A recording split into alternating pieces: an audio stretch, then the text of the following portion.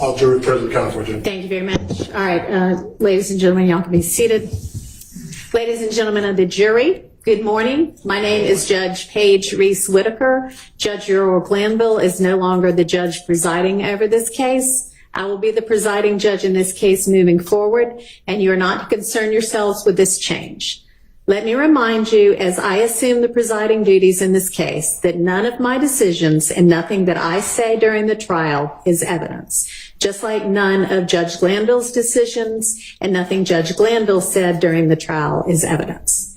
The decisions and remarks of a judge do not mean that the judge favors or leans to one side or another in this case. The court is only interested in seeing that this case is tried fairly, based on the laws and the Constitution of the state of Georgia and the Constitution of the United States. You are to disregard any comments that may have been made by Judge Glanville that may have been disparaging of any of the lawyers in this case.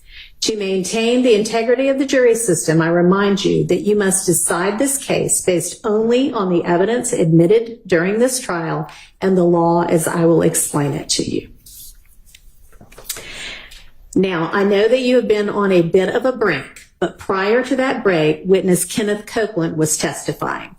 I'm going to instruct you and admonish you now that you are to disregard any and all of Mr. Copeland's testimony and any evidence introduced during that testimony that came after the 3 p.m. break on Wednesday, June 12th, which was the last break for that day.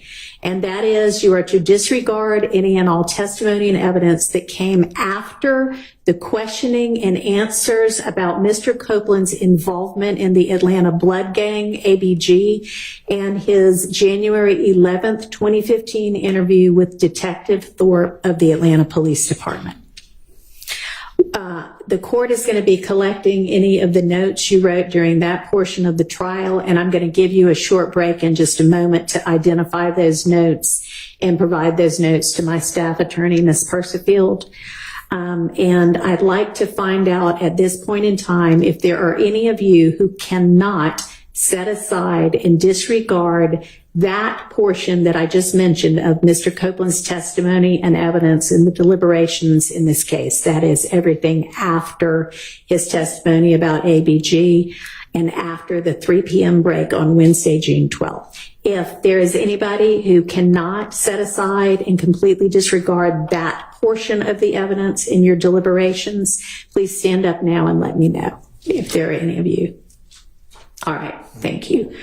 Okay, so I'm going to give you a quick break to go back in and identify that portion of your notes and provide them to the staff attorney, and then I'll have you back out. I'll give you some other short instructions and we'll resume the testimony. So y'all can go ahead and do that for now for me. Thank you.